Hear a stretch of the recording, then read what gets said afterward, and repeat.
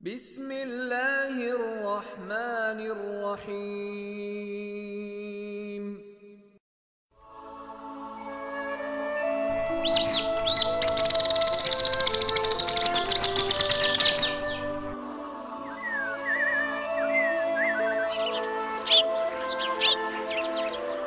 Жаздың қапырық бір күнінде күннен қорғанып ағаш көлеңкесін паналап жатқан алып піл қатты шөлдей бастады. Жақын маңайдан су көрінбеген соң алып піл тұмсығын тік көтерді де ауаға барлау жасай бастады.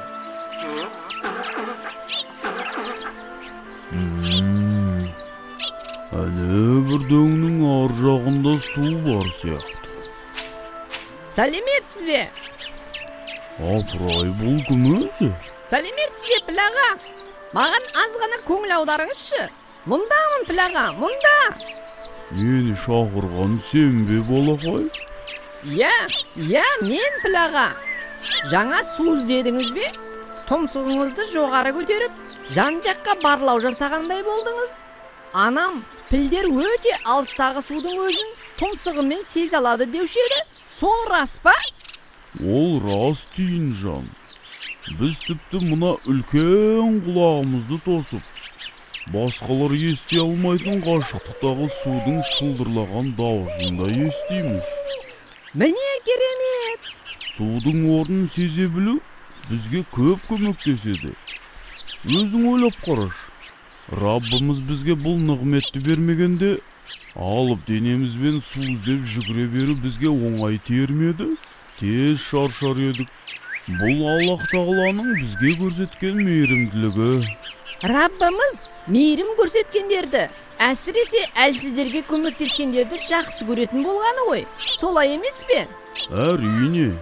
Ендеше, Раббымыз сізді де қатты жақсы көрсін десеңіз, мені өзіңізбен бірге бара жатқан жағыңызға ала кетуіңіз керек.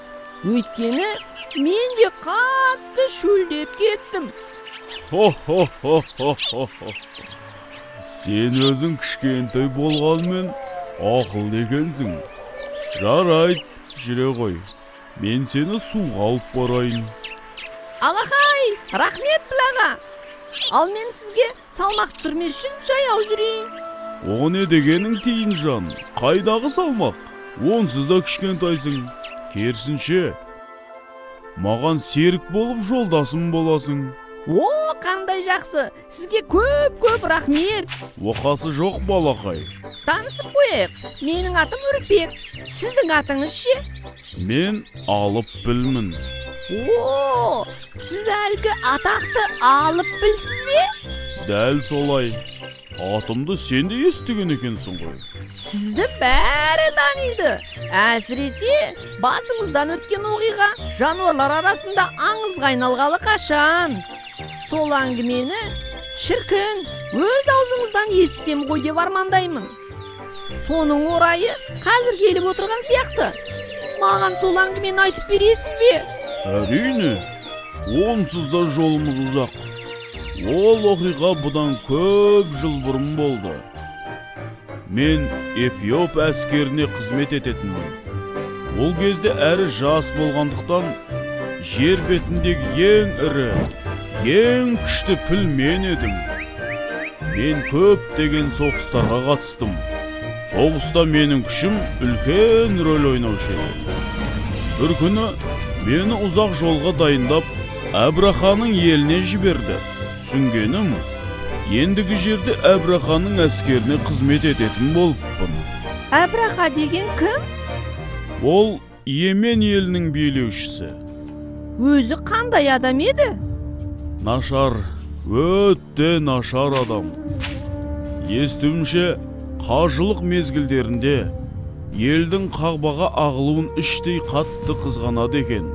Қағбаның зияратына кедергі болып, халықты өзіне тартпақ ниетпен алтын, күміс сияқты бағалы тастармен әшекейлеп биік шіркеу салғызыпты. Бірақ еңбегі еш кетіп, елдің Қағбаға баруы тоқтамапты. Әбраханың Қағбаға өшігіп, шіркеу салғызған естіген бір араб түнде келіп, шіркеуді ластап кетті. Мұны естіген Әбраханы ашу қысып, жарыла жаздаса керек. Арабтар мұны менен өш алу үшін әдейі істеді. Мен олардың қақпасын қиратпай тынбаймын. Елдің көзінше ант ішіпті. О, құдайым, жар бола көр. Шынымен ақ нашар адам болған екен, Ол кезде Меккеде Құрайш тайпасының басшысы Әбдімүтәліп еді. Мұхаммед пайғамбарымыздың атасы Әбдімүтәліп пе? Иә, бірақ ол кезде пайғамбарымыз әлі туылмаған. Әбраха Әбдімүтәліпке елшісін жіберіп, Қағбаны жығуға келгенін хабарлады. Сөйтті де Әбдімүтәліптің 200 түйесін тартып алып қойды. Әбдімүтәліп не деді?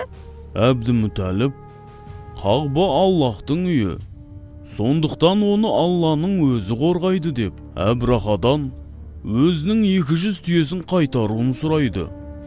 Әбдімүтәліптің өз түйелерін ғана уайымдағанына Әбраха қатты таң қалды. Өйткені Әбдімүтәліп келіп, Қағбаны жықпа деп жалынып, аяғыны жықлар деп күткен еді.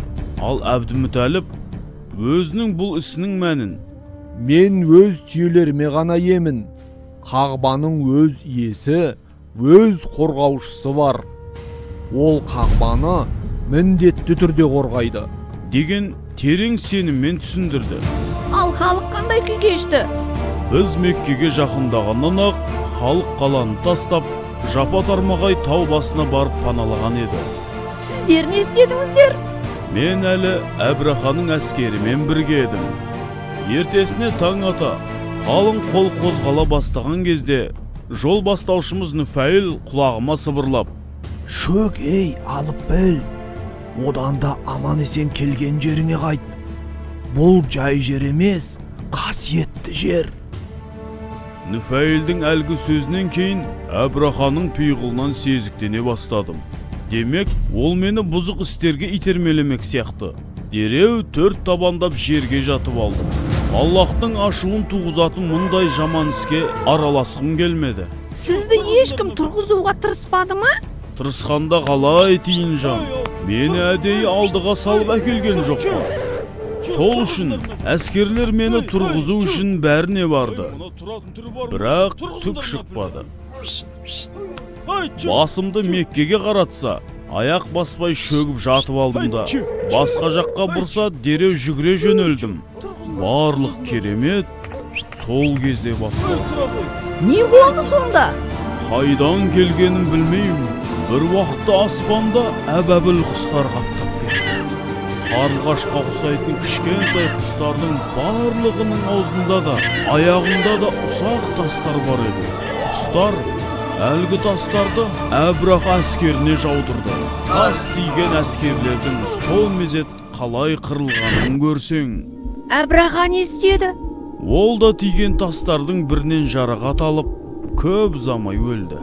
Өзіңіз қалай құтылдыңыз? Қағбаға қарай аяқ баспай қойғандығым шығар. Мен аман қалдым. Көріп тұрсың ғой, әлі күнге дейін өмір сүріп келемін. Одан кейін не болды? Артынан нөсер жауын толастамай жауды. Нөсерден пайда болған сел Әбраха әскерінің өліктерін түк қалдырмай шайып кетті. Инжан, білесің бе? Бұл оқиға қасиетті Құран кәрімде де айтылған. Мен Құран оқылып жатқанда естігенмін. Піл сүресінде былай делінген: Раббыңның піл иелеріне не істегенін көрмедің бе?